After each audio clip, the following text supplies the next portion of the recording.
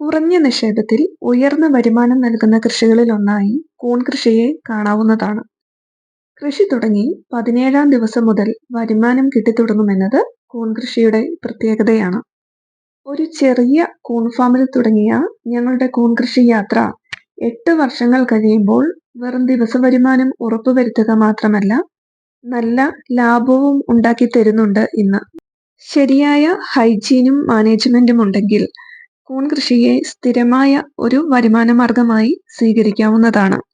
ഇങ്ങനെ ഭംഗിയുള്ള കൂണുകൾ ഉണ്ടായി നിൽക്കുന്നത് കണ്ണിനും മനസ്സിനും കുളിർമയേകുന്ന ഒരു കാഴ്ചയാണ്. ഈ വിളവിന് കോട്ടം തട്ടാനും രോഗങ്ങൾ വരാനും സാധ്യതയേറെയാണ്.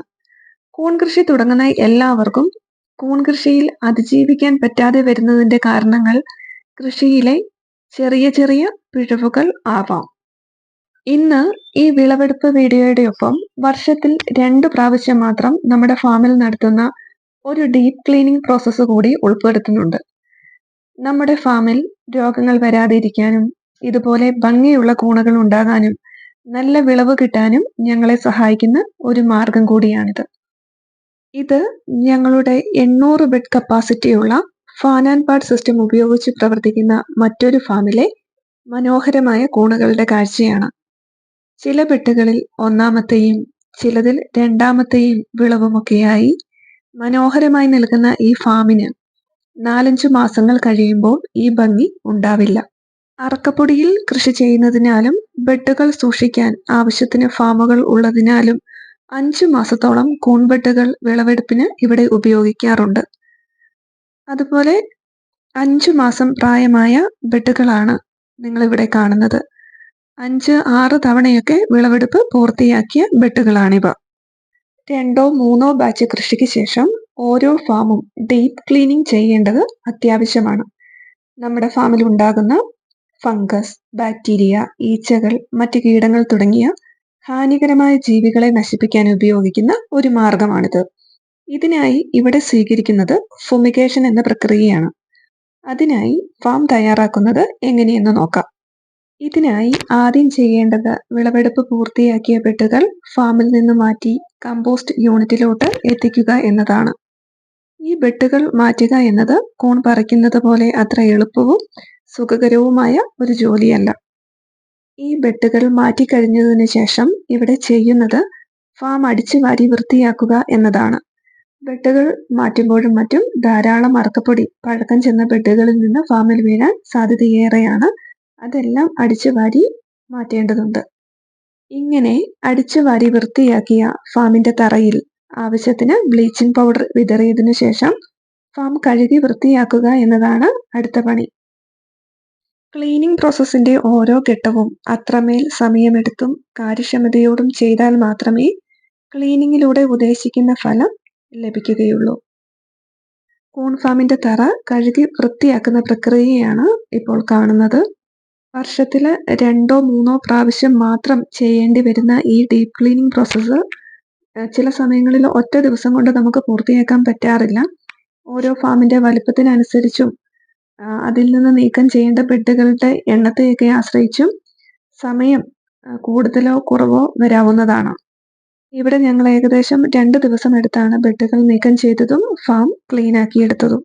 ഫാമിന്റെ പ്രാഥമിക വൃത്തിയാക്കലിന് ശേഷമാണ് ഫുമിഗേഷൻ ചെയ്യുന്നത്. അതുപോലെ തന്നെ ഫാമിൽ കൂൺ ബെഡുകൾ ഇരിക്കുമ്പോൾ ഒരിക്കലും ഫുമിഗേഷൻ ചെയ്യാൻ പാടുള്ളതല്ല. ഇവിടെ ഫുമിഗേഷൻ ഉപയോഗിച്ചിരിക്കുന്നത് 150 മില്ലി ഫോർമാലിനും 20 ഗ്രാം പൊട്ടാസ്യം ഫെർമാഗ്നേറ്റുമാണ്.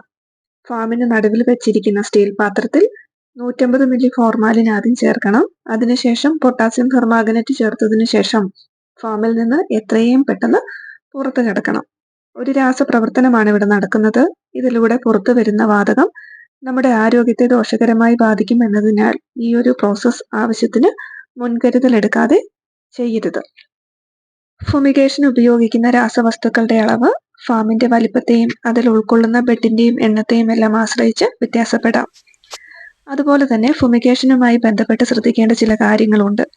ഫുമിഗേഷന് മുമ്പ് ഫാം മുഴുവൻ ക്ലോസ്ഡ് ആണെന്ന് ഉറപ്പുവരുത്തണം. എങ്കിൽ മാത്രമേ ഈ ഒരു പ്രോസസ്സ് ചെയ്യുന്നതിന്റെ ഗുണം ഫാമിൽ കിട്ടുകയുള്ളൂ. അതുപോലെ തന്നെ ഈ ഒരു പ്രോസസ്സിന് ശേഷം 48 മണിക്കൂർ ഫാം പൂർണ്ണമായും അടച്ചിടും. 48 മണിക്കൂർ അടച്ചിട്ട ഫാമിൽ വീണ്ടും കൂൺപെട്ടുകൾ നിറയ്ക്കുന്നതിന് മുമ്പ് ആവശ്യത്തിന് വായുസഞ്ചാരം ഉറപ്പാക്കുകയും ഇതിലൂടെ രാസപ്രവർത്തനം മൂലമുണ്ടായ വാതകത്തിന്റെ സാന്നിധ്യം ഫാമിൽ ഇല്ല എന്ന് സ്ഥിരീകരിക്കുകയും ചെയ്യും. ഇവിടെ ഡീപ്പ് ക്ലീനിംഗ് ചെയ്യുന്നതിന്റെ മുമ്പായി തന്നെ ഫാമിൽ വീണ്ടും ബെഡുകൾ എത്രയും വേഗം ഫിൽ ചെയ്യുന്നതിന് വേണ്ട മുൻകരുതൽ ക്ലീനിംഗ് പ്ലാൻ ചെയ്യുന്നതിനോടൊപ്പം തന്നെ നടത്തും.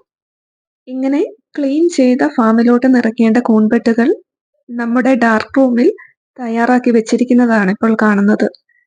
കൂൺ ബെഡ് തയ്യാറാക്കി ഇങ്ങനെ ഡാർക്ക് റൂമിൽ സൂക്ഷിക്കുന്നത് മൈസീലിയം വളർച്ചയുടെ കാലഘട്ടത്തിൽ ഉണ്ടാകുന്ന പല രോഗങ്ങളും കീടങ്ങളുടെ ആക്രമണവും പ്രതിരോധിക്കാൻ ഒരു പരിധിവരെ സഹായിക്കാറുണ്ട്. ചിപ്പിക്കൂൺ വളരെ സെൻസിറ്റീവാണ്. ചെറിയ കണ്ടാമിനേഷൻ പോലും വിളവ് കുറയ്ക്കും. അതുകൊണ്ട് ഫാം ഹൈജീൻ വളരെ പ്രധാനമാണ്. ഈ ഡാർക്ക് റൂമിലിരിക്കുന്ന കൂൺബെട്ടുകൾ നമ്മുടെ ക്ലീൻ ചെയ്ത ഫാമിലോട്ട് എത്തിക്കുക എന്നതാണ് അടുത്ത നടപടി. ഡാർക്ക് റൂമിൽ ആവശ്യത്തിന് ബെഡുകൾ ചെയ്തു വെച്ചിരുന്നതിനാൽ ഫാമിൽ നിന്ന് ബെഡുകൾ ഒഴിവാക്കിയ അതേ സ്പീഡിൽ തന്നെ നമുക്ക് ഫാമിൽ ബെഡ് ഫില്ല് ചെയ്യാനും സാധിക്കും. ഫുമിഗേഷൻ ചെയ്ത് 48 മണിക്കൂർ അടച്ചിട്ട ഫാമിൽ വായുസഞ്ചാരം ഉറപ്പാക്കിയ ഒരു ദിവസത്തിന് ശേഷം വീണ്ടും ബെഡുകൾ നിറയ്ക്കുന്നതാണ് ഇപ്പോൾ കാണുന്നത്. ഫാമിൽ 2 ബാച്ച് കൂൺ കൃഷി പൂർത്തിയാക്കിയതിനു ശേഷമോ അതല്ലെങ്കിൽ ഗ്രീൻ മോൾഡ്, നമ്മുടെ കൂൺ കൃഷിയിൽ കാണുന്ന പച്ച കളറുള്ള രോഗം കൺട്രോൾ ചെയ്യാൻ പറ്റുന്നതിലും കൂടുതൽ കണ്ടാൽ ഒക്കെയോ ഈ ഡീപ്പ് ക്ലീനിങ് മെത്തേഡ് നമുക്ക് ഫാമിൽ ചെയ്യാവുന്നതാണ്.